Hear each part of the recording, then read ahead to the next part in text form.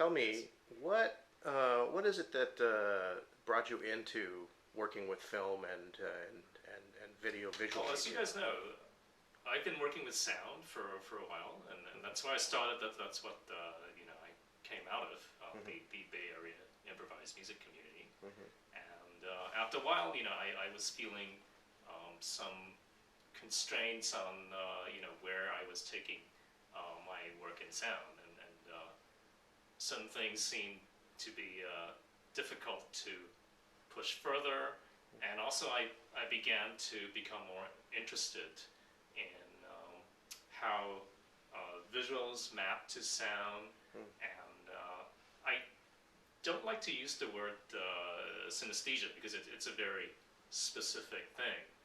But a lot of times, I would think this is not uncommon. When I hear certain sounds, certain sonic gestures, I actually have in my head, certain types of visual phenomena, and it seemed like it might be fun to try to actually realize some of these visuals and perhaps use them in combination with improvised music. Great. What instruments were you playing before you started working in the visual side of things? Laptop with electronics. Right. Okay. Great.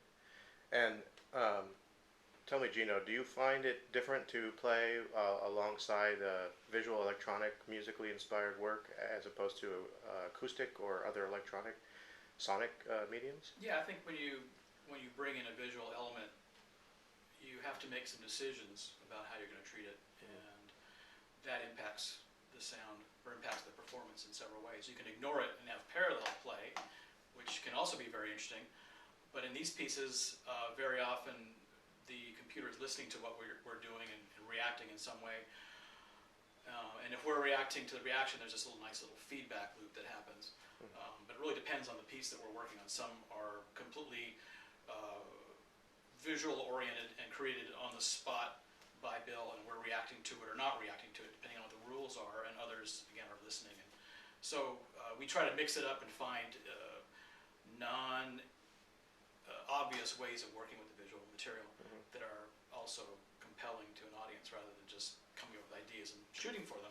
We work with it a little bit and see where it takes us that challenges us in some way. So this is fully interactive visual media that interacts with the sound, right? And That's right. does it create itself, or do you also input as well at the same time, or? Most of the content that you would see in the pieces are actually generated on the fly. There might be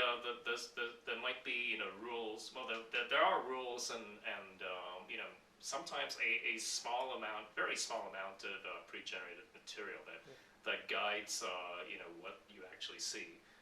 But every time you play a piece, the same piece, it will look different depending on there's a lot of built-in randomness, and so the details are very unpredictable. But yeah, the pieces are all very interactive. The visuals actually react to my gestures in real time, and also to the sound input in real time. So what the musician does, will actually affect when and where and how the visuals look in the projection. Right, exactly.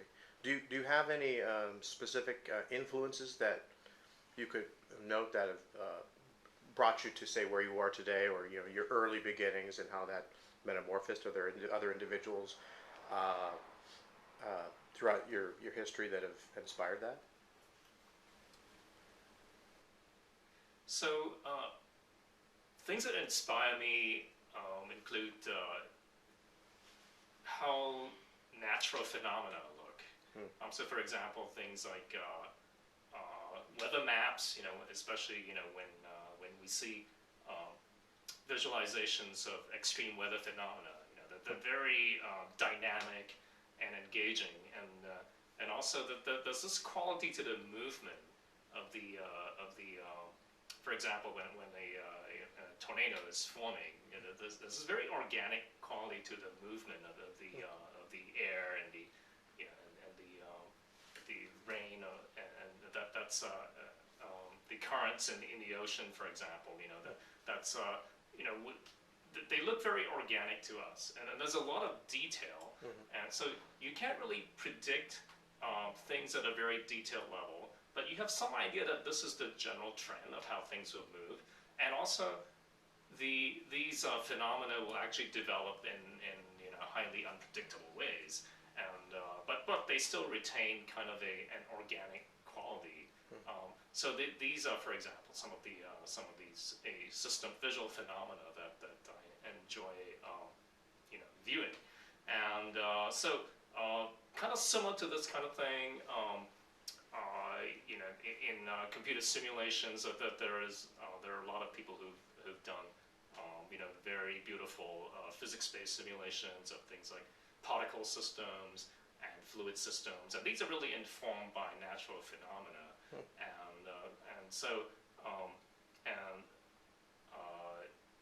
so these are some of the things that inspire my work, and certainly the classic visual music pioneers, and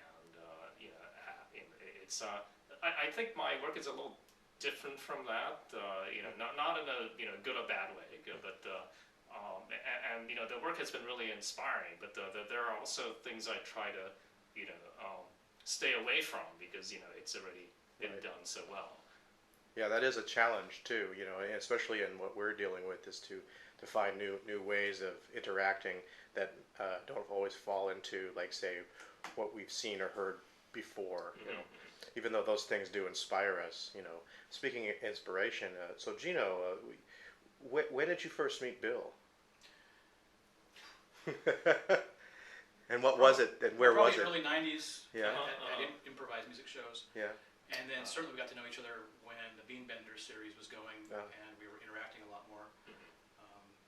And I got to know his work both as computer music and also as a pianist. This is his background. Oh, okay. So piano. So his music as shady past. Okay. Shady past.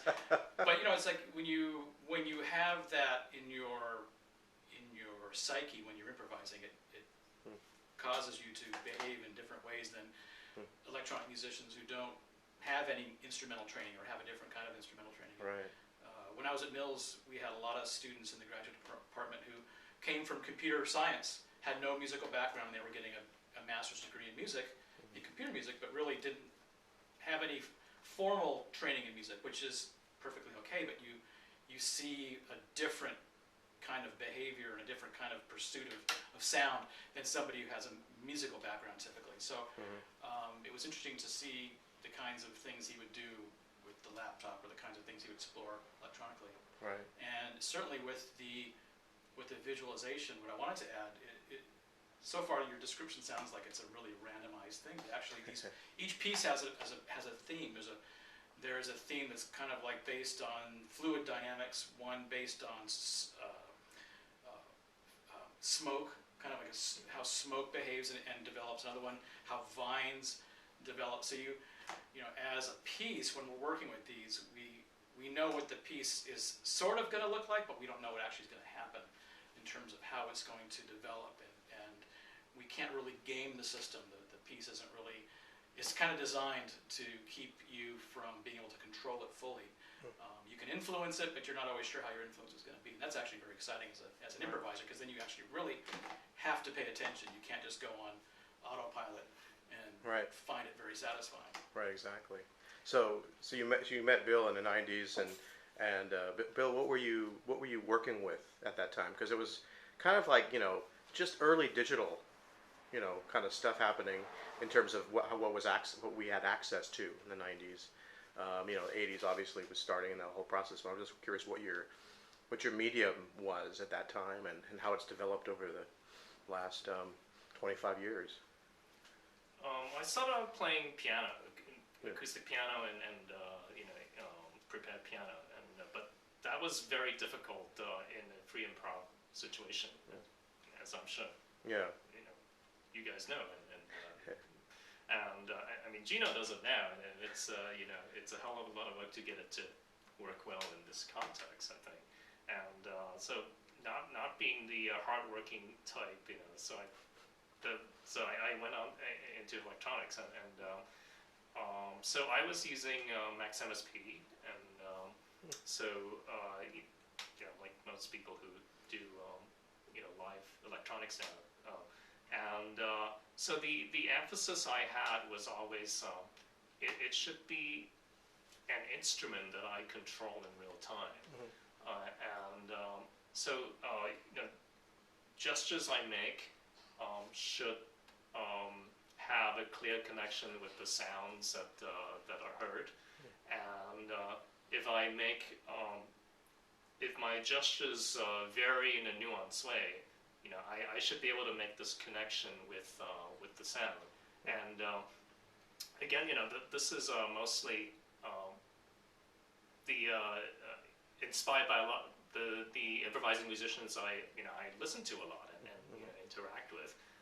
So Gino and his with the for example the way he works with the snare drum, where you have these very complex nonlinear phenomena, and the gestures are really you have the way the gestures connect to the sound is totally non-trivial, very complex, and it's a very dynamic relationship and nonlinear relationship. And similarly, wind players, for example, John Butcher, when he works with multiphonics, well, there you don't see the actual physical gesture so clearly.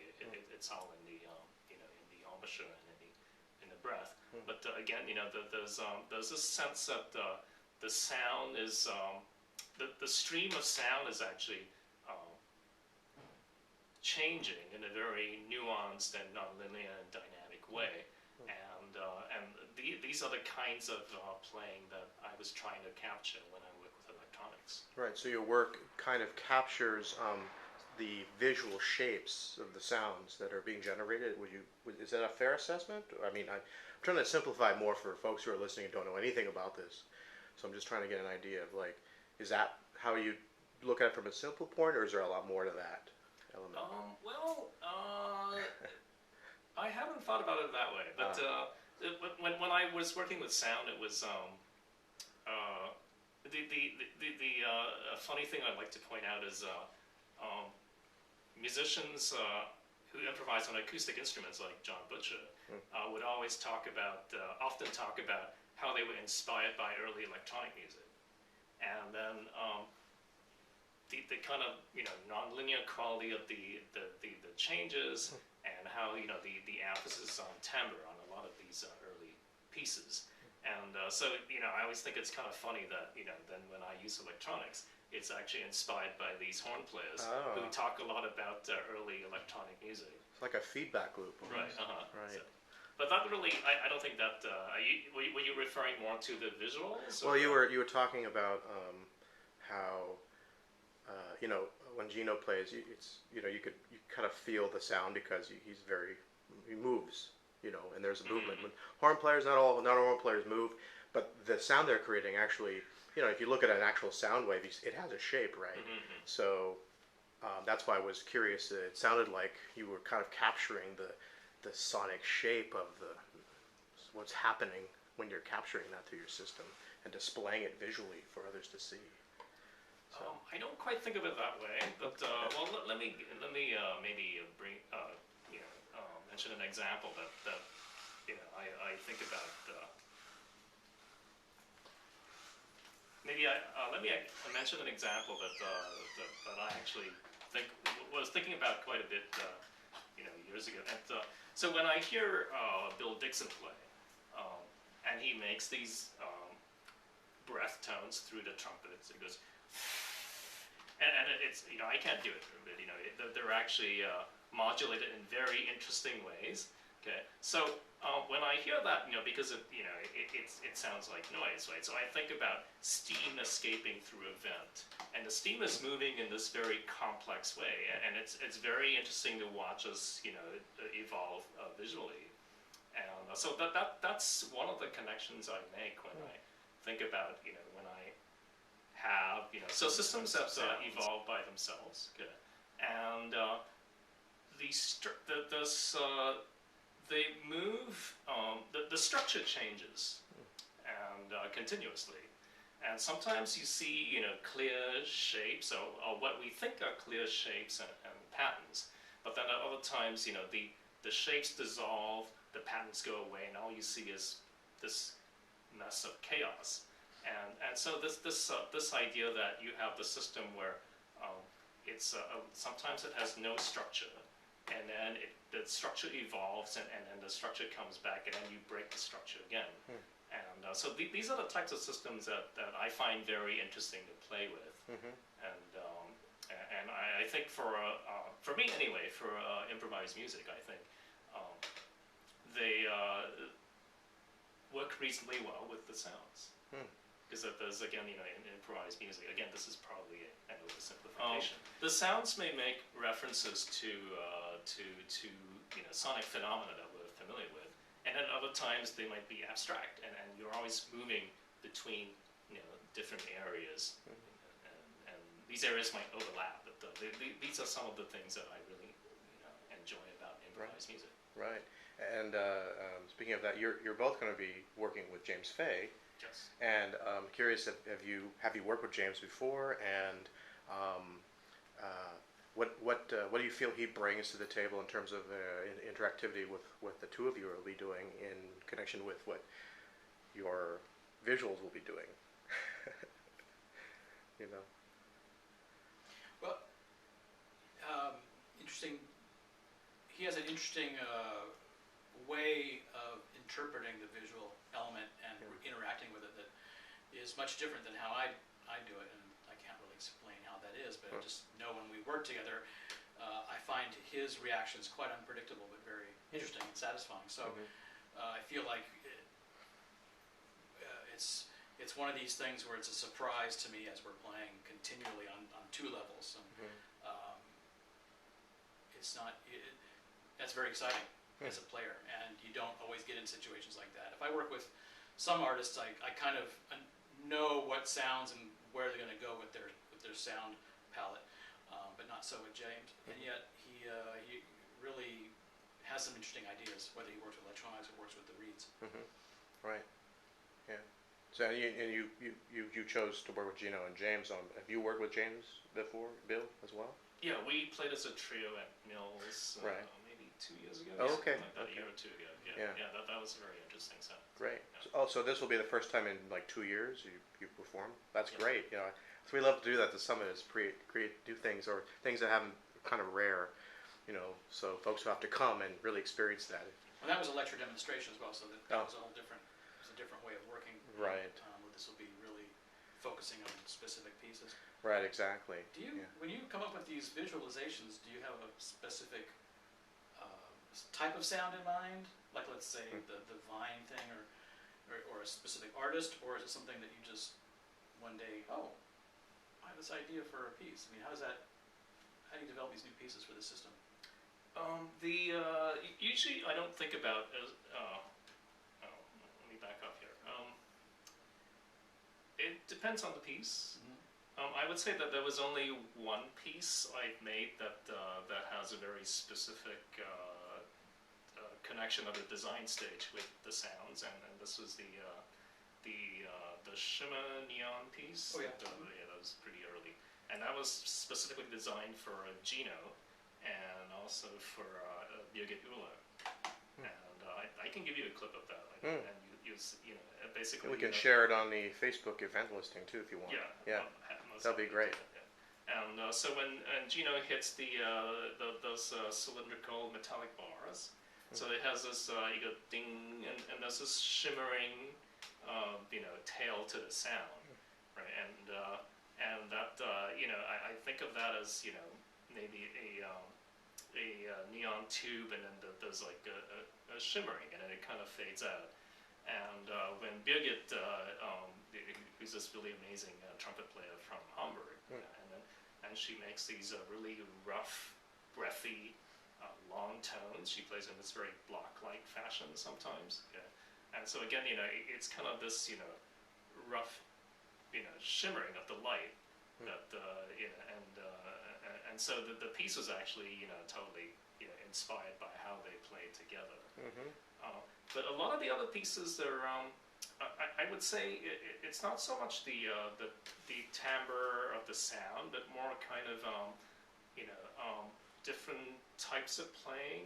Whether you're playing, for example, some pieces only work well when you're playing material that develops slowly, and that's kind of the danger of working with software. Right? I mean, there are it's a lot of times a system that's set up will only look okay if you play in a certain way, and I think a lot of people who build generative software, we're all attracted to the idea of this software that will just act very intelligently and be look great all the time. But the thing is, I think it's really I like having the humans in the loop, because the humans are much more adaptive than the software system ever will be.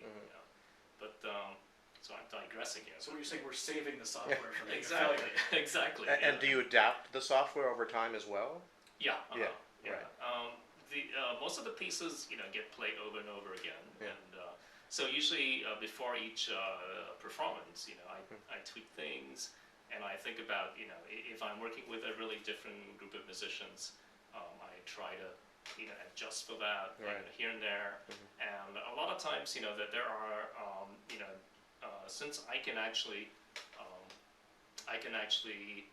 adjust things on the fly.